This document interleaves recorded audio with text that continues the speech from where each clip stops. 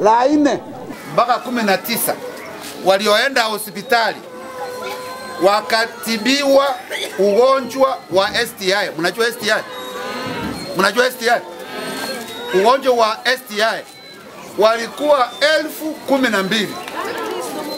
Hao watoto 12,000 wako ako ndani.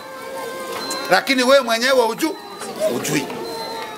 Hao baada ya kuambiwa kuitwa na kuambiwa maneno yameharibika, tulianza kutafuta how, because watoto wangu wa Kirinyaga Central wa secondary school wote ni 16,000 form 1 to form 4 na 12,000 wako na STI. What does that mean? Hiyo inamaanisha nini? Baada ya kuchunguza, wale wa jamaa nilisema wanaingianga ndani ya basi, wanafunga basi, wanakunywa bangi, wanafanya mapenzi ndani ya basi.